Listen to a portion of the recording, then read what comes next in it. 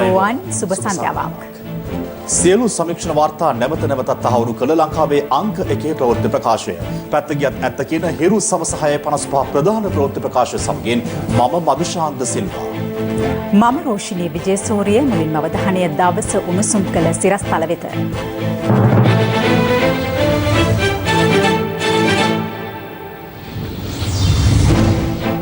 විපක්ෂී විරෝධය මැද 20 පාර්ලිමේන්තුවට 20 වන සංශෝධනයට උම්පට මම ඉදිරිපත් කරනවා.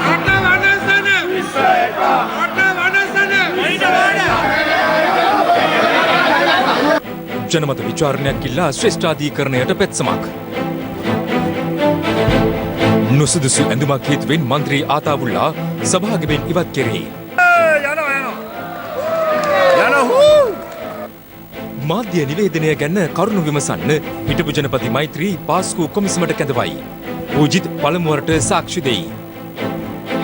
තිදෙනෙකුට දිවි අහිමි කළ ගොඩනැගිල්ලට නිසි අනුමැතියක් නැතැයි හෙළිවෙයි. සැලසුම් අනුමත කර තිබෙන පිළිවෙලට නම් මේකේ අනුමත කර තිබෙන්නේ 4ක් කියන එක තමයි මේකේ පෙනෙන්නට තිබෙන්නේ.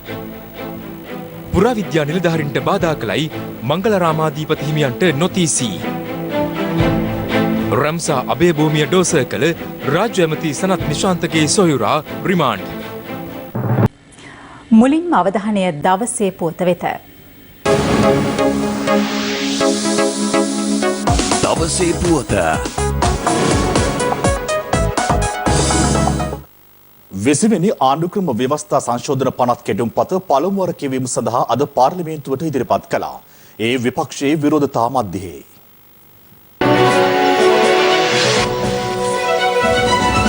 අද දින ප්‍රධාන වැඩ කටයුතු 50 කෙටුම්පත් පිළිගැනීම පිළිබඳ දැනුම් දීම. අංක 1 ඉදිරිපත් කරනවා. ජාතිය ගොඩනැගීමේ විපක්ෂ නායකතුමා. ගරු කතානායකතුමනි, අද දින අපේ රටේ ප්‍රජාතන්ත්‍රවාදී දේශපාලන ඉතිහාසයේ අන්ධකාරම දවස. උත්තරීතර පාර්ලිමේන්තුවට උත්තරීතර නොවන 20 වෙනි සංශෝධන ඉදිරිපත් කරන්නට මේ රජය කටයුතු කරනවා. එතන රීති ප්‍රශ්නයක් නැත. නැකද අපේ තියෙනවා. අමින්ද අධිකරණ අමාත්‍යතුමා. ශ්‍රී ලංකා ප්‍රජාතන්ත්‍රවාදී ජනරජයේ ආණ්ඩුක්‍රම ව්‍යවස්ථාවේ සංශෝධනය කිරීම සඳහා වූ 20 වන සංශෝධනයේ තුම්පත මම ඉදිරිපත් කරනවා. දෙවැනි වර කියවීම. හෙට දිනේ අංක 6 ඉදිරිපත් කරනවා. 20 වෙනි ආණ්ඩුක්‍රම ව්‍යවස්ථා සංශෝධන කෙටුම්පත පාර්ලිමේන්තුවට ඉදිරිපත් කිරීමත් සමග විපක්ෂීය මන්ත්‍රීවරුන් ඊට විරෝධය පළ කළා.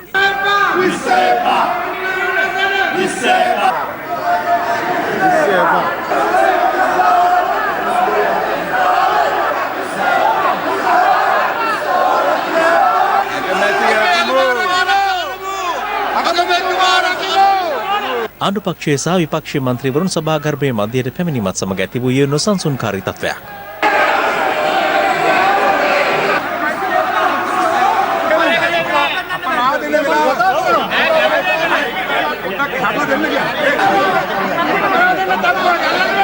ඔව් වගේ මැතිතුමා. අරු කතානායකතුමානේ.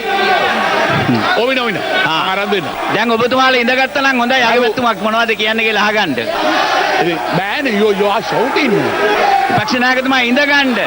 අගමැතිතුමා උත්තර දෙන්න හදන්නේ. ගරු කතානායකතුමනි, මේක කොහොමද මේ සභාවක් කරන්නේ? ඔඩ ප්ලීස්. රීති ප්‍රශ්නයක් තියෙනවලු. ඔව් රීති ප්‍රශ්නේ ඉදිරිපත් කරන්න. විපක්ෂ නායකතුමා. ඔව්. මේ උත්තරීතර සභාවට උත්තරීතර නොවන 20 වෙනි සංශෝධනය ගෙනල්ලා මේ රටේ යහපත් රාජපාලනයක් දෙසා. ඒක රීති ප්‍රශ්නයක් නෙමෙයි. ඔබතුමා කතා කරගෙන යන්න. ගරු කතානායකතුමනි, මම කොහොමද කතා කරන්නේ? මේ රටේ ජනතාව වෙනුවෙන් මේ ස්වාධීන කොමිෂන් සභාව රැක දෙන්න. ඒක මේ පනත විවාදයේදී ගන්න. ගරු අගමැතිතුමා, මේක අසාධාරණයිනේ. ඇයි කැමරා එක දෙන්නේ නැත්තේ? ඔබතුමාලට ඕනේ කැමරාවද? රීති ප්‍රශ්නයේද? කැමරාවට වඩා වැදගත් රීති ප්‍රශ්නය. බංකොලොත් විපක්ෂයේ විසින් මේ කරගෙන යන තත්වයේ තුල මේ ගරු සභාවට ලංකා ඉතිහාසයේ නොවුවිරු කැලලක් හානියක් සිදුවෙමින් පවතින බව තමයි මගේ අදහස. 20 වෙනි සංශෝධනයට විරෝධතා දක්වන ක්‍රමවේදයන් තියෙනවා. ඒකට මේ ක්‍රම අනුගමනය කරන්නේ නැතුව මේ මහ ජනතාවගේ මුදල් කාබාසිනිය කරලා මෙතන පාර්ලිමේන්තුව කර්මන්නේ කරන්නේ නැවනම් ඒක අපි කිසිසේත්ම අනුමත කරන්නේ නැහැ. විපක්ෂ නායකතුමා මැරිලා තිබුණේ ඔවුන් ආණ්ඩුව කරන සමයේ කරූ ජයසූරිය කතානායකතුමා විශ්වාසභංග යෝජනාවකට එදා විජිත හේරත් මන්ත්‍රීතුමාට අවකාශය දුන්නේ. සාවර නියෝග අත්විඳවල තමයි ඒකාධිපති පාලනය එදා ඒ ආණ්ඩුව අරගෙන ගියේ. හැබැයි අපි එහෙම කරන්නේ නැහැ. විසිවෙනි සංශෝධනය මේ විපක්ෂයේ පරාජිතයන්ගේ අවශ්‍යතාවය මත කිසිම අවස්ථාවක ඉවත් කරගන්නේ නැහැ. මේ 20 සංශෝධනය වෙද්දී ගරු කතානායකතුමනි සජිත් ප්‍රේමදාස මහත්තයාට උදව් කරන 50 සංඛ්‍යාව නැති වෙනවා කියන එකත් අපි ඊටාම වගකීමෙන් කියන්න ඕනි. මේ කට්ටියට සිදුවෙන්නේ මේ විදිහට බෝඩ් අල්ලගෙන තව අවුරුදු 10ක් 15ක් මේ පාර්ලිමේන්තුවේ ඉම්පිටත් කටයුතු කරන්න විතරයි කරු කතානායකතුමනි. අබි රෂීම් ගරු මන්ත්‍රීතුමා කතා කරනවා ඉතින් කැමරාව දාන්න. මේක හරි වැඩක් නේ. How can you do this? අර ජොන්ස්ටන් ස්පීකර්ට කියන්නේ මොකද කරන්න ඕනේ කියලා. ජොන්ස්ටන් ද ස්පීකර්. වාඩි වෙන්න එතකොට කැමරාව දාලා දෙන්න.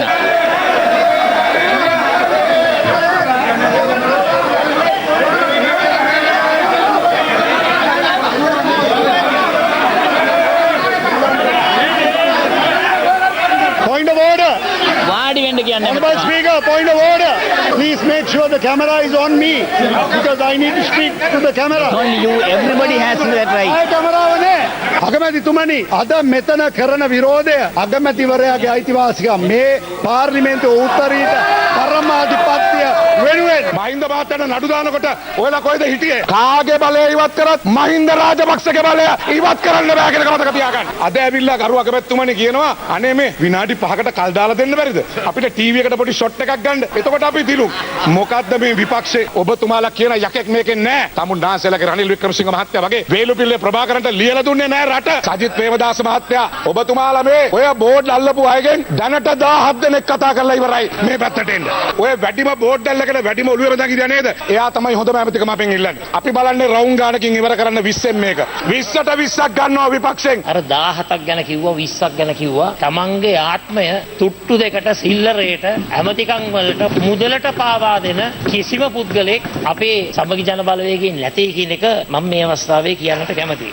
මේ අතර පාර්ලිමේන්තුවේ ඉදිරිපත් කර තිබෙන 20 වෙනි අනුක්‍රම ව්‍යවස්ථා සංශෝධන 50 කෙටුම්පත තුළින් මූලික අයිතීන් උල්ලංඝනය වීමක් සිදුවන හේයින් ඒ ජනමත විචාරණයකින් අනුමත විය යුතු බවට තීන්දුවක් ලබා දෙන ලෙස ඉල්ලා නීතිඥ ඉන්දික ගාල්ලගේ විසින් ශ්‍රේෂ්ඨාධිකරණයට පෙත්සමක් ඉදිරිපත් කර තිබෙනවා. අදාළ පෙත්සම තුළින් සඳහන් කර ඇත්තේ 20 වෙනි ව්‍යවස්ථා සංශෝධන 50 කෙටුම්පත තුළින් අනුක්‍රම ව්‍යවස්ථාව මගින් සහතික කර තිබෙන මූලික අයිතිවාසිකම් හා වෙනත් ප්‍රතිපාදන ගණනාවක් කපාදු වීමක් සිදුවන බවයි. අපිට ආරංචි ලැබුණා හෙට දිනේ මේ 50 කෙටුම්පතේ දෙවනවර කියවීමත් සෝදානම් වල තිබෙන බව. ඒ අනුව අද දිනේ දැන් මේ පෙත්සම ගොනු කිරීමත් සමගම ශ්‍රේෂ්ඨාධිකරණයේ මේ සම්බන්ධ තීරණය ලබා දෙන තෙක් පාර්ලිමේන්තුවේ කටයුතු කිරීමේ හැකියාවක් නැහැ. මේ 50 කෙටුම්පත සම්බන්ධයෙන්. ඒ නිසා තමයි අද දින මේ පෙත්සම ඉක්මනින් ගොනු කරේ. මේ අතර පාර්ලිමේන්තු සභාගර්භයට උචිත නොවන ඇඳුමකින් සැරසී පැමිණි මන්ත්‍රීවරයෙකුට සභාවෙන් ඉවත් වන ලෙස බේත්‍රධාරී නරේන්ද්‍ර ප්‍රනාන්දු මහතා අද දැනුම් දුන්නා. එලෙස සභාවෙන් පිටව යාමට සිදු වූයේ ALM අතාඋල්ලා මන්ත්‍රීවරයාටයි. මන්ත්‍රීවරුන් පාර්ලිමේන්තු සභාවාරයට සහභාගී වීමේදී ඇඳිය යුතු නියමිත ඇඳුම කුමක්ද? මේ ඒ පිළිබඳ විමසා බැලීමක්. පාර්ලිමේන්තු මන්ත්‍රීවරුන් සභාවාර සඳහා පැමිණීමේදී අනුමත ඇඳුමකින් පැමිණිය යුතු බවට වන තීරණයට එළඹ ඇත්තේ 1973 වසරේ නොවැම්බර් 14 වෙනිදා පැවති පක්ෂ නායක රැස්වීමකදී. එම අනුමත ඇඳුම වරින් වර සංශෝධනය වී ඇති අතර මේ වන විට මන්ත්‍රීවරුන්ට විකල්ප 4ක් සහ මන්ත්‍රීවරියන්ට විකල්ප 2ක් වශයෙන් එකඟතාවකට පැමිණ තිබෙනවා. පිරිමි පාර්ශවය සඳහා ජාතික ඇඳුම, පූර්ණ යුරෝපීය ඇඳුම, කලිසම හෝ රෙද්ද සමග අධික ටියුනික් කොලරය සහිත බොත්තම් ගෙල දක්වා පැළඳි ඇඳුම. කාන්තාවන් සම්බන්ධයෙන් කාර්ය හෝ ඔසරිය හැට්ටය සමග ඇඳලා පාර්ලිමේන්තු සභාගර්භයට පැමිණෙන්නට පුළුවන්. විශේෂයෙන්ම අපේ මුස්ලිම් මන්ත්‍රීතුමන්ලා හිස්වැස්මක් පළඳිනවා. ඔවුන්ට ඒ අනුමැතිය ලබා දීලා තියෙනවා. විශේෂ සෞඛ්‍ය හේතුවක් හෝ යම් විශේෂ හේතුවක් මත දින කීපයකට වෙනත් පරිබාහිර ඇඳුමකින් එන්නට අවශ්‍ය නම් ගරු කතානායකතුමාගේ පූර්ව අනුමැතිය ලබා ගැනීම අත්‍යවශ්‍යයි. කෙසේ වෙතත් පාර්ලිමේන්තු මන්ත්‍රී ALM අතාඋල්ලා මහතා අද සභාගර්භයට පැමිණ තිබුණේ අනුමත ඇඳුමකින් නොවන බවට විපක්ෂය රීති ප්‍රශ්නයක් මතු කළා. ගරු කතානායකතුමනි, ස්ථාවර නියෝග යටතේ බොහොම පැහැදිලිවම සඳහන් වෙලා තියෙනවා පාර්ලිමේන්තුවට ඇතුල් වීමේදී මොන වගේ ඇඳුමක්ද අඳන් ඉන්න ඕන කියලා. අපේ ආකාර ආතවුල්ල මහත්තයා මොකද්ද අඳන් ඉන්න ජැකට් එක? මේ වඳ ගන්නවා පාර්ලිමේන්තුවට. අර මොකද්ද අඳන් ආවිලා තියෙන්නේ? මොකද්ද ඔය? එතුමාගේ ජාතික ඇඳුම. කෙසේ වෙතත් විපක්ෂ මන්ත්‍රීවරුන්ගෙන් අතාඋල්ලා මන්ත්‍රීවරයාට එල්ල වුණේ දැඩි විරෝධයක්.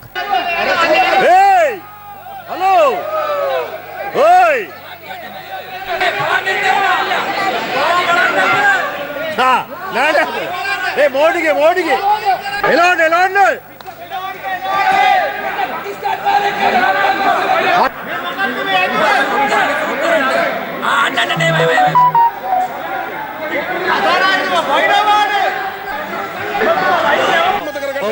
මන්තුමා ගරු කතානායකතුමනි අද 20ද මගේ එඳුම්ද කියන ප්‍රශ්නයක් ඇවිල්ලා තියෙනවා. හරි ඒක රීති ප්‍රශ්නයක් නෙමෙයි. ඇඳලා තියෙන නියමිත ඇඳුමෙන් ඉන්න අර උඩින් අර මේක දාලා තියෙන විතරයි. ඔබතුමා නියමිත පරිදි බොත්තම් ටික පියවලා ඉඳ ගන්න. මම කියාගෙන ආවේ අරු කතානායකතුමනි ඔබතුමා පැහැදිලිව දන්නවා පාර්ලිමේන්තු සම්ප්‍රදාය මේක එක රටක එක නීතියද අපි ගලවනවා. පසුව මන්ත්‍රීවරයාට සභාවෙන් ඉවත් වන ලෙස වේත්‍රධාරීවරයා දැනුම් දුන්නා.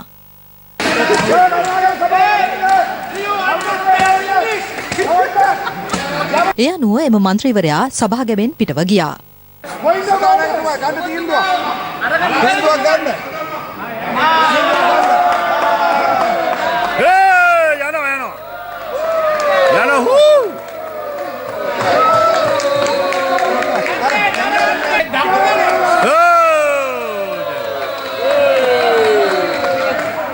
එලෙස පිටව යන අතරතුර එම මන්ත්‍රීවරයා පළ කළේ මෙවන් අදහසක්.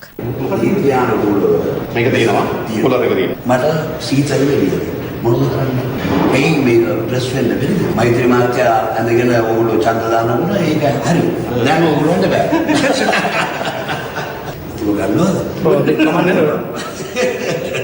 මන්ත්‍රීවරයෙක් නියමිත ඇඳුමෙන් පැමිණ නොසිටි නිසා සිද්ධ වුණා එම මන්ත්‍රීවරයාට සභාගර්භයෙන් ඉවත්ව යන ලෙස මට දැනුම් දීමට යම්කිසි සෞඛ්‍ය හේතුවක් මත පැමිණියා කියන හේතුව තමයි මේ මන්ත්‍රීතුමා කතානායකතුමත් එක්ක දැනුම් දීලා තිබුණේ. ඒ හේතුව මත අද දිනයට පමණක් එම ඇඳුමින් ඉතිරි වැඩ කටයුතු වලට සහභාගී වීමට එම මන්ත්‍රීතුමාට අවස්ථාව සලසලා තියෙනවා. මේක කොහොක්වත් නීති ප්‍රකාර නැහැ. මේක ස්ථාවර නියෝගවලත් නැහැ. මේක සම්ප්‍රදායක්. පූජ්‍ය අම්පිටියේ සුමනරත්න හිමියන් වෙත එළඹෙන 30 වෙනිදාට පෙර අධිකරණයට ඉදිරිපත් වීම හෝ පොලිසියට ප්‍රකාශ ලබා දීම සඳහා නොතීස් නිකුත් කර තිබෙනවා. ඒ මඩකලපුව චෙන්කලාඩි පන්කුඩාවෙලි ප්‍රදේශයේ පිහිටි පුරාවිද්‍යා භූමියක සීමා ලකුණු කිරීම සඳහා පැමිණි පුරාවිද්‍යා නිලධාරීන්ගේ රාජකාරියට බාධා කිරීම හේතුවෙන් කෙසේ වෙතත් අදාළ පුරාවිද්‍යා භූමියේ සීමා ලකුණු කිරීම ප්‍රාදේශීය ලේකම්වරයා වෙත පැවරීමටත් තීරණය වී තිබෙනවා. පසුගියදා මඩකලපුව චන්කලාඩි පන්කුඩාවේලි ප්‍රදේශයට පැමිණි පුරාවිද්‍යා නිලධාරීන්ට පූජ්‍ය අම්පිටියේ සුමනරත්න හිමියන්ගෙන් එල්ල වූයේ දැඩි දෝෂාරෝපණයක්. ඒ පුරාවිද්‍යා භූමියක සීමා ලකුණු කිරීම නිසි පරිදි සිදු නොවන බවට චෝදනා කරමින් චන්කලාඩි පන්කුඩාවේලි ග්‍රාම නිලධාරී කොට්ටාසයේ පිහිටි මෙම ස්ථානයේ පුරාවිද්‍යා දෙපාර්තමේන්තුවට අයත් භූමියක් බව සඳහන් පුවරුවක්ද තිබෙනවා. පූජ්‍ය අම්පිටියේ සුමනරත්න හිමියන් පැවසුවේ පුරාවිද්‍යා නිලධාරීන් සීමා ලකුණු නොකිරීම නිසා වගා කටයුතු සඳහා පුරාවිද්‍යා ස්ථානයේ කොටසක්ද ඇතමුන් අත්පත් කරගෙන ඇති බවයි. ඔබ දන්නේ නැති ව්‍යාලේන්ද්‍රන් කියන මන්ත්‍රීවරයා මාව මරන්න මඩකලපුවට එන්නේ එක 10000ක් විතර අරගෙන ඉන්නේ මේ සිද්ධියට අපිට මොකද වෙලා තියෙන සාධාරණ මේක මිනිස්සුන්ට අයිති දේපලක් කියලා ව්‍යාලේන්ද්‍රන් එදා කට්ටියත් අරගෙන මඩකලපුවට එන්නේ මම කියන්නේ එන්ටි කියන්නේ ප්‍රාදේශීය ලේකම් ඇවිල්ලා ආන්ටි කියන්නේ මේ බෝධියේ ඉඳලා බබයක් දුරින්ද මේ හාලා තියෙන්නේ. අනතුරුව එම ස්ථානයේ සිටි පුරාවිද්‍යා නිලධාරීන් කිහිප දෙනෙකු තාවකාලිකව ඉදිකර ඇති කාර්යාලය තුළ රඳවා සිය ග්‍රහණයටගත් පූජ්‍ය සුමනරත්න හිමියන් වගකිව යුතු නිලධාරීන් එම ස්ථානයට කැඳවීමට පියවර ගත්තා. ජනහිරේ කියන්නේ මම සූදානම්. මෙන්න හෙට එනවා මනින්න. මෙන්න සහතිකේ අස්සම් කරලා දෙන්න කියන මම යන්නම්.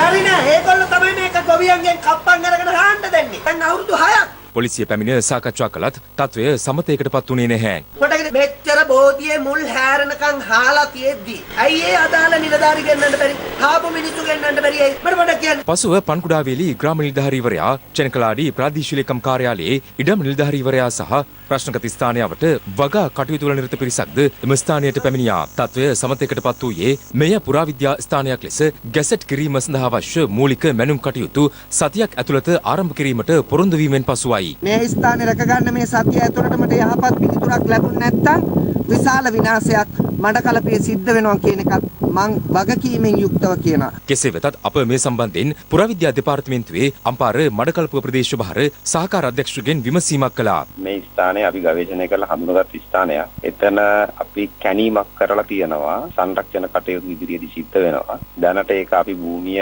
අපේ පාලනය යටතේ තියාගෙන ඉන්නේ. මේ වන විටත් පුරාවිද්‍යා අධ්‍යක්ෂ ජෙනරාල් ප්‍රාදේශීය ලේකම් වෙත මෙනුම් නියෝග නිකුත් කරන ලෙසට ඉල්ලීම් කරලා තියෙනවා. මේ අතර මේ සම්බන්ධයෙන් අද පාර්ලිමේන්තු සභාවාරයේදීද අවධානය යොමු වුණා. ඇත්තට මේ අම්පිටියේ සුමනරත්න විහාරාධිපතිවරයා දිගින් දිගටම ප්‍රාදේශීය ලේකම්වරුන්ට පහර දෙන්න ගිහින් තියෙනවා, ග්‍රාම සේවකලට පහර දෙන්න ගිහලා තියෙනවා, පොලිස් නිලධාරීන්ට පහර දෙන්න ගිහලා තියෙනවා. තාම මේ ස්වාමින් වහන්සේට විරුද්ධව කිසිම තීන්දුවක් කරන්න නැහැ කියන එක ඉතාම දුක් වෙන්න ඕන කාරණයක්. දැනට රජයේ සේවකයෝ 3 දෙනෙක් ඉස්පිරිතාලේ ඉන්නවා. වහාම ඒ ස්වාමින් වහන්සේව ඇරස් ගන්න කියලා මම මේ සභාවෙන් ඉල්ලනවා. මෙතුමා හාමුදුරුවමකට එක දිගට පාර දෙනවා. මේ සභාවේ රීතියක් තියෙනවා මේ විදිහට මේ සභාවේ නැති අයට අපාසාමාන කරන මේ විදිහට. එතුමාට තාක්කි දෙනවා ඔකට. අපාසාත්මක කතාවක් කරන්නේ. ඇයි ඔබතුමා ඒකට ඉඩ දෙන්නේ? මේ අතර පොලිස් මාධ්‍ය ප්‍රකාශක ජ්‍යෙෂ්ඨ පොලිස් අධිකාරී ජාලිය සේනාරත්න මහතා අද පැවති ප්‍රවෘත්ති සාකච්ඡාවකදී සඳහන් කළේ පූජ්‍ය අම්පිටියේ සුමනරත්න හිමියන් හට මෙවන විට නොතිස් නිකුත් කර ඇති බවයි.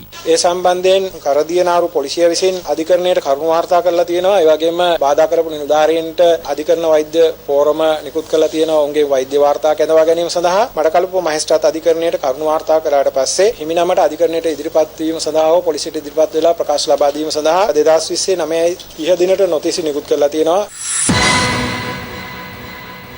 මහනුවර බූවැලිකඩ ප්‍රදේශයේදී පස්මහල් ගොඩනැගිල්ලක් කඩා වැටීමෙන් දිවි අහිමි වූ මාස 1කමාරක් වයස ඇති බිලිඳිය සහ ඇගේ මව්පියන්ගේ දේහයන් එම ප්‍රදේශයේම අසල්වැසි නිවසක මේ වන විට තැන්පත් කර තිබෙනවා. මේ අතර මධ්‍යම පළාත ආණ්ඩුකාර ලලිත්යු ගමගේ මහතා විසින් පත් කළ විශේෂඥ කමිටුවක් මගින් මහනුවර නගරයේ පිහිටා ඇති අවදානම් සහගත ගොඩනැගිලි සම්බන්ධයෙන් විශේෂ විමර්ශනයක්ද ක්‍රියාත්මකයි. මහනුවර බූවැලිකඩ සංගමිත්තා මාවතේ කඩා වැටුණු පස්මහල් ගොඩනැගිල්ලට යට වූ මාස 1කමාරක බිලිඳියක් ඇතුළු එකම පවුලේ තිදෙනෙකුට පසුගියදා දිවි අහිමි වූ අතර දේහයන් පිළිබඳ පශ්චාත් මරණ පරීක්ෂණය මහනුවර ජාතික රෝහලේදී සිදු කිරීමෙන් අනතුරුව ඥාතීන් වෙත බහර දුන්නා.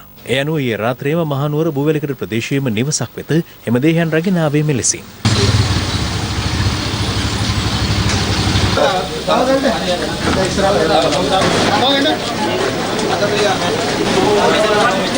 රැස්ව සිටි විශාල පිරිසකගේ සොස්සුම් මැද දේහයන් එම නිවසේ මෙලෙස තැන්පත් කෙරුණා.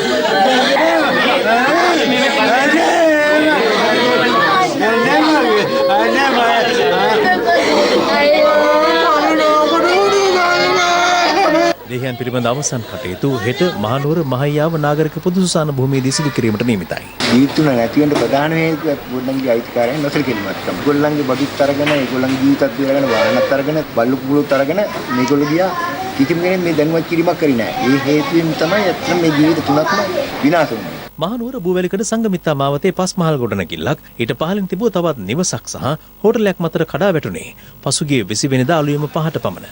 පසුව ගොඩනැගිල්ලේ සුන්බුන් වලට යට වූ නිවසක සිරිවී සිටි බිලිඳියක් ඇතුළු 5 දෙනෙකු මුදා ගැනීම සඳහා යුද හමුදාව, පොලිසිය, ගිනි නිවීමේ දෙපාර්තමේන්තුව ඇතුළු ආපදා සහන කණ්ඩායම් විශේෂ මෙහෙයුමක් දියත් කළ අතර එහිදී බේරා ගැනීමට හැකි වුණේ කාන්තාවන් 2 දෙනෙකු පමණයි.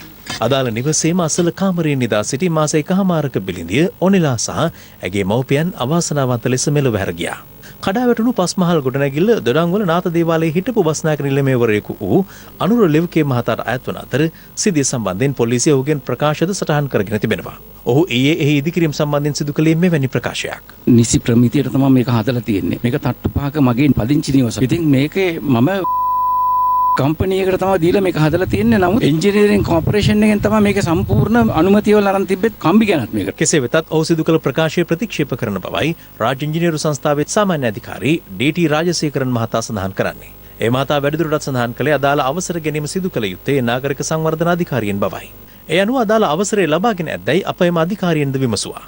සැලසුම් අනුමත කර තිබෙන පිළිවෙලට නම් මේකේ අනුමත කර තිබෙන්නේ පාමහල 1, පාමහල 2, බිම් මහල සහ තවත් එක් මහලක්. එතකොට 4ක් කියන එක තමයි මේකේ පෙන්වෙන්නට තිබෙන්නේ. මේක දැන් පහක් නම් මේක අවසරය දුන්නේ එක් කොහොමද වගකීම බාරගන්නේ කවුද මේක? ගොඩනැගිල්ලක් වුණත් මොනවා වුණත් අනුමැතිය දෙන්න ලාවේ හරියට තියෙන්න පුළුවන්. ඊට පසු ඉදි කරන්න පුළුවන්. අනවසරයෙන් ඉදි කරන්න පුළුවන්. එහෙම තත්වයක් තිබුණාද කියන එක අපි දන්නේ නැහැ. මේ සම්බන්ධයෙන් හිරු ප්‍රවෘත්ති වෙත අදහස් දැක්වූ උසස් පොලිස් නිලධාරියෙකු සඳහන් කළේ සිද්ධිය සම්බන්ධයෙන් මහනුවර මහේස්ත්‍රාත් අධිකරණයට කරුණු වාර්තා කළ බවයි. එසේම පොලිස් නිලධාරීන් 5 දෙනෙකුගෙන් යුත් විමර්ශන කණ්ඩායමක්ද මේ සම්බන්ධයෙන් පත් කර ඇති අතර එම නිලධාරීන් නිවාස ඉදිකිරීම සඳහා අනුමැතිය ලබා දුන් බව කියන සියලු ආයතන වලින් ඒ බව සනාථ කරන ලේඛන ගෙන්වාගෙන පරීක්ෂා කිරීමටද නියමිතයි.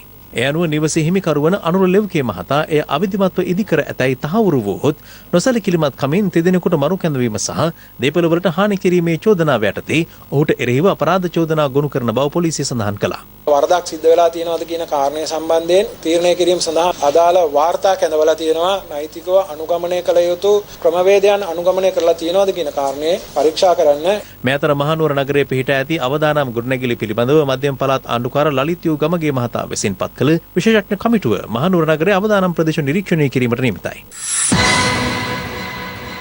හිටපු ජනාධිපති මෛත්‍රීපාල සිරිසේන මහතා අද පළමු වරට පාස්කු ප්‍රහාරය සම්බන්ධයෙන් විමර්ශනය කෙරෙන ජනාධිපති කොමිසමට පැමිණියා. ඒ හිටපු ආරක්ෂක ලේකම් හේමසිරි ප්‍රනාන්දු මහතා කොමිසම හමුවේ අසත්‍ය ප්‍රකාශ කරන බවට ඔහුගේ මාධ්‍ය අංශයෙන් නිකුත් කළ නිවේදනයකට අදාළව කරුණු දක්වන ලෙස කර තිබූ දැනුම් දීමකට අනුවයි. මේ අතර අනිවාර්ය නිවාඩු යවා සිටින පොලිස්පති පූජිත් ජයසුන්දර මහතාද අද පළමු වරට කොමිසම හමුවේ සාක්ෂි ලබා දුන්නා. පාස්කු ප්‍රහාරය සම්බන්ධයෙන් විමර්ශනය කරන ජනාධිපති කොමිසම හමුවේ හිටපු ආරක්ෂක ලේකම් හේමසිරි ප්‍රනාන්දු මහතා අසත්‍ය ප්‍රකාශ සිදු කරන බවට හිටපු ජනාධිපති මෛත්‍රීපාල සිරිසේන මහතාගේ නමින් ඔහුගේ පෞද්ගලික ලේකම්වරයා පසුගිය 20 වෙනිදා මාධ්‍ය නිවේදනයක් නිකුත් කළ අතර එය මෛත්‍රීපාල සිරිසේන මහතාගේ නිල ෆේස්බුක් පිටුවේද පළ කර තිබුණා. එමගින් අධිකරණයට සමාන ක්‍රියාවලියක් සිදු කරන ජනාධිපති කොමිසමේ අධිකාරීමය බලයට අපහාසයක් සිදුවන බවත් ඒ ඔස්සේ ඊයේ දිනේ වන විටත් සාක්ෂි ලබා දෙමින් සිටි හිටපු ආරක්ෂක ලේකම් හේමසිරි ප්‍රනාන්දු මහතා තැති ගැන්මකට ලක් වූ බවටත් ඔහු වෙනුවෙන් පෙනී සිටි නීතිඥ දිල්ෂාන් ජයසූරිය මහතා ඊයේ කොමිසමට පැමිණිලි කළා. අදාළ සිදුවීම සම්බන්ධයෙන් නීතිඥ කුමාර්ගෙන් කරුණු දක්වන ලෙස කොමිසම ඊයේ හිටපු ජනාධිපති මෛත්‍රීපාල සිරිසේන මහතාට නියෝග කළ අතර ඔහු අද කොමිසම වෙත පැමිණියේ එම නියෝගයට අනුවයි.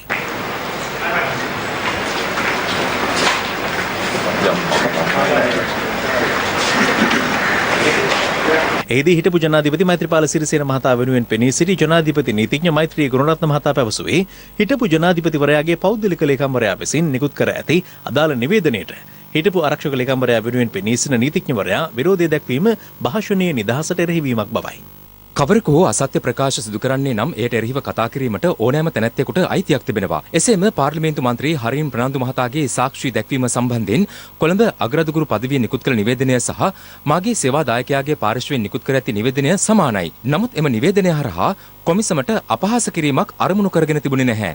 පාර්ලිමේන්තු මන්ත්‍රී හරින් ප්‍රනාන්දු මහතා විසින් අගරදුගුරු අතිඋතුම් මැල්කම් කාදිනල් රංජිත් හිමිපාණන් පාස්කු ප්‍රහාරය පිළිබඳ පෙර දැන එදින දිව්‍ය පූජාව නොපැවැත්වූ යැයි පැවසීම තුළින් කතෝලික ජනතාව නොමග යාම වැළැක්වීම සඳහායි කොළඹ අගරදුගුරු පදවිය නිවේදනයක් නිකුත් කළේ. එම නිවේදනය තුළින් ප්‍රතික්ෂේප කර ඇත්තේ කොමිසම හමුවේ සාක්ෂි දීම අවසන් කර තිබූ හරින් ප්‍රනාන්දු මහතාගේ ප්‍රකාශයක්. එය කොමිසම හමුවේ සාක්ෂි දෙමින් සිටින හේමසිරි ප්‍රනාන්දු මහතාගේ සාක්ෂි විමසීම විවේචනයට ලක් කිරීමට සමාන වන්නේ නැහැ. හරින් ප්‍රනාන්දු මන්ත්‍රීවරයාගේ ප්‍රකාශයෙන් කතෝලික ජනතාව නොමග යාමක් වුණාසේම හිටපු ආරක්ෂක ලේකම් හේමසිරි ප්‍රනාන්දු මහතාගේ අසත්‍ය ප්‍රකාශය තුළින් දේශපාලඥයෙකු වූ මාගේ සේවා දායකයාගේ පාක්ෂිකයින්ද නොමග යා හැකි නිසා මේ ප්‍රකාශ දෙකම සමානයි. මෙහිදී රජයේ අතිරේක සොලිසිටර් ජෙනරාල්වරිය පැවසුවේ මෙම ජනාධිපති කොමිසම මේ වන විටත් සක්‍රියව ක්‍රියාත්මක වන බැවින් කුමන පාර්ශවයක් වුවද කොමිසමේ ක්‍රියාකලාපය පිළිබඳ ප්‍රකාශ නිකුත් කරන්නේ නම් Taman ඊට පෞද්ගලිකව විරුද්ධ බවයි. කෙසේ වෙතත් හිටපු ජනාධිපති මෛත්‍රීපාල සිරිසේන මහතාගේ නමින් නිකුත් කළ මෙම නිවේදනය තුළින් අසත්‍යයි විවේචනය කර ඇත්තේ හිටපු ආරක්ෂක ලේකම්වරයා ජනාධිපති කොමිසම හමුවේ දියුරුම් පිට ලබා දුන් සාක්ෂි බව අතිරේක සොලිසිටර් ජෙනරාල්වරිය ජනාධිපති කොමිසමට පෙන්වා දුන්නා. එම නිවේදනයේ අන්තර්ගත කරුණු තුළ ජනාධිපති කොමිසමේ බලය හා අධිකාරියට කිසිදු ගරු කිරීමක් සිදු කර නැහැ ස්වාමීනි. එම නිවේදනය හිටපු ජනාධිපතිවරයාගේ නිල ෆේස්බුක් පිටුවට එක් කිරීම හරහාද පුළුල් ප්‍රචාරයක් හිමිව තිබෙනවා. එසේම සාක්ෂිකරුවෙකුගේ සාක්ෂි විමසීම පිළිබඳ ප්‍රශ්න කිරීමට අනෙකුත් උත්තරකරුවන්ට නිසි ක්‍රමවේදයක් සලසා ඇති පසුබිමක එම ක්‍රමවේදය අනුගමනය නොකරමින් අවිධිමත්ව තම මතය ජනතාවට ගෙන යාම හරහා දිවා රෑ නොබලා වෙහෙසෙන මෙම ජනාධිපති කොමිසමේ අධිකාරිමය බලය පහතට හෙලා ඇති බවයි නිරීක්ෂණය වන්නේ. ඕනෑම අධිකරණ ක්‍රියාවලියක් තුළ සාක්ෂිකරුවෙකුට බලපෑම් කිරීම අධිකරණමය කටයුත්තකට බලපෑම් කිරීමක් බැවින් පැමිණිල්ල ඉදිරිපත් කළ පාර්ශවය ඉල්ලා සිටින පරිදි මෙම නිවේදනය නිකුත් කළ හිටපු ජනාධිපතිවරයාගේ පෞද්ගලික ලේකම් සමීරද සිල්වා කැඳවා නිදහසට කරුණු විමසීමට මම එකඟයි. මේදී ජනාධිපති කොමිසම හමුවේ නැගී සිටි හිටපු ආරක්ෂක ලේකම් හේමසිරි ප්‍රනාන්දු මහතා වෙනුවෙන් පෙනී සිටි නීතිඥ දිල්ෂාන් ජයසූරිය මහතා ඉල්ලා සිටියේ. මෙම සිදුවීම සම්බන්ධයෙන් හිටපු ජනාධිපතිවරයාගේ පෞද්ගලික ලේකම්වරයාට එරෙහිව මෙන්ම හිටපු ජනාධිපතිවරයාට එරෙහිවද විධිමත් නෛතික පියවර ගන්නා ලෙසයි. සියලු පාර්ශවවල කරුණු සලකා බැලීම අවසානයේ ඒ සම්බන්ධයෙන් වූ තීරණය හෙට දින ප්‍රකාශ කරන බව කොමිසමේ සභාපතිවරයා පැවසුවා. ඉන් අනතුරුව පාස්කු ප්‍රහාරය සිදුවන අවස්ථාවේ මෙරට පොලිස්පතිවරයා ලෙස කටයුතු කළ පූජි ජයසුන්දර මහතාගෙන් පළමුවරට සාක්ෂි විමසීම සඳහා කැඳවන ලෙස සභාපති විනිසුරුවරයා නියෝග කළා. කොමිෂන් සභාවේ කටයුතු ශාලා පරිශ්‍රයේ පිටුපස හුදකලා අසුනකට වී නරඹමින් සිටි මෛත්‍රීපාල සිරිසේන මහතා පූජි ජයසුන්දර මහතාගේ සාක්ෂි විමසීම ආරම්භ වී කෙටි වේලාවකට පසු කොමිෂන් සභා පරිශ්‍රයෙන් පිටතට පැමිණියා. ඔබතුමාට ඔබතුමාගේ රජයේ පොලිස්පතිවරයාත් ආරක්ෂක ලේකම්වරයාත් චෝදනා කරනවා. ඒකේ උත්තරයක් නැද්ද ඔබතුමාට? ඔබතුමාගේ වරදක් තියෙනවද? ඔබතුමාගේ වරදක් පිළිගන්නවද? මේ අතර හිටපු ජනාධිපති මෛත්‍රීපාල සිරිසේන මහතා ලබන මාස 5 වෙනිදා ජනාධිපති කොමිසම හමුවේ සාක්ෂි ලබා දීමට නියමිත අතර ඊට පසු දින හිටපු අග්‍රාමාත්‍ය රනිල් වික්‍රමසිංහ මහතාද සාක්ෂි ලබා දීම සඳහා ජනාධිපති කොමිසම හමුවට කැඳවා තිබෙනවා. රාජ්‍යයන්ගේ අභ්‍යන්තර කටයුතු වලට මැදිහත් නොවීම එක්සත් ජාතීන්ගේ සංවිධානයෙන් අපේක්ෂා කරන බව ජනාධිපති ගෝඨාභය රාජපක්ෂ මහතා පවසනවා. ජනාධිපතිවරයා මේ අදහස් පළ කළේ එක්සත් ජාතීන්ගේ 75 වන සමුළුවට සමගාමීව පැවති ඉහළ පෙළේ රාජ්‍ය නායක හමුව වීඩියෝ තාක්ෂණය ඔස්සේ අමතමින් 2019 වසරේ ජූනි මාසයේදී එක්සත් ජාතීන්ගේ සමාජික රටවල් අතර ඇති වූ එකඟතාව අනුව එක්සත් ජාතීන්ගේ 75 වන සංවත්සරයට සමගාමීව ඉහළ පෙළේ එක්දින සමුළුව මෙරට වේලාවෙන් ඊයේ රාත්‍රී 7:45ට පමණ නිව්යෝර්කයේ පිහිටි එක්සත් ජාතීන්ගේ මූලස්ථානයේදී වීඩියෝ තාක්ෂණය ඔස්සේ ආරම්භ වුණා. මෙරට වේලාවෙන් ඊයේ රාත්‍රී 9:45ට පමණ ජනාධිපතිවරයා සමුළුව ඇමතුව අතර රාජ්‍ය නායකයන් 180 දෙනෙක් වීඩියෝ තාක්ෂණය ඔස්සේ සමුළුව ඇමතුවා. To introduce an address by the head of state. I have the honor to introduce the pre-recorded statement by His Excellency Mr. Gotabaya Rajapaksa, President of the Democratic Socialist Republic of Sri Lanka. Mr. President, Mr. Secretary General, Excellencies, Ayubowan. Unfortunately, the world is not what the founders of this august body. අවාසනාවකට මෙන් අද ලෝකය මින් වසර 75කට පෙර මේ ගෞරවනීය සභාවේ නිර්මාතෘවරු අපේක්ෂා කළ තත්ත්වයට වෙනස්. දැනුවත් මැදිහත්වීමක් මගින් COVID-19 අභියෝගයට සාර්ථකව මුහුණ දීමට ශ්‍රී ලංකාවට හැකි වී තිබෙනවා. අපි COVID-19 නිවාරණ ජාතික ක්‍රියාකාරී කමිටුව පත් කළේ ශ්‍රී ලංකාව පළමු රෝගියා හඳුනා ගැනීමටත් පෙර. ශ්‍රී ලංකාවේ COVID-19 රෝගීන් සුවවීමේ අනුපාතය 90% ඉක්මවන අතරම එය ගෝලීය සුවවීමේ අනුපාතයට වඩා ඉහළ අගයක්. අපේ සාර්ථකත්වයට බොහෝසේ පිටුවහලක් වුණේ අපගේ ප්‍රබලම ශක්තිය වන සොයා ගැනීම සහ නිරෝධායනය. ගත වූ මාසයකට වැඩි කාලයේ ඇතුළත කිසිදු කොරෝනා ආසාදිතයෙකු රට තුළින් වාර්තා වුණේ නැහැ. දරණීය සංවර්ධන න්‍යාය පත්‍රය 2030 සාක්ෂාත් කර ගැනීමට ශ්‍රී ලංකාව කැපවී සිටින අතර කෘෂිකාර්මික පදනමක් සහිත නිෂ්පාදන ආර්ථිකයක් තුළින් දරිද්‍රතාවය පිටු දැකීම මගේ රජයේ ප්‍රධාන අභිමතාර්ථයක්. එක්සත් ජාතීන්ගේ සමාජිකත්වය ලබා වසර 65ක් සමරන අපි එක්සත් ජාතීන්ගේ න්‍යාය පත්‍රයට දායක වීමට ලැබීම වාග්යක් ලෙස සලකනවා. ලෝකයේ පොදු හා අසමාන තර්ජනයන්ට මුහුණ පා සිටින මෙවන් සමයක අපට අවශ්‍ය එක්සත් ජාතීන් යන පාඨය රාජ්‍යයන්ගේ ස්වෛරී සමානාත්මතාව භෞමික අඛණ්ඩතාවට දක්වන ගෞරවය සහ අභ්‍යන්තර කටයුතු වලට මැදිහත් නොවීම යන පැතිකඩ නිසි අවධාරණයකට ලක්වන බව මම විශ්වාස කරනවා. සමාජික රටවල් සහ එක්සත් ජාතීන් අතර හවුල්කාරීත්වය සහ එක්සත් ජාතීන්ගේ තිරසර පැවැත්ම උපරිමයෙන් සාක්ෂාත් කරගත හැක්කේ සුළු පිරිසකගේ අවශ්‍යතාවයට කිසිදු රටක් ප්‍රාණ ඇපයට නොගැනීමෙන් බව මම තරයේ විශ්වාස කරනවා. To ensure the future we want.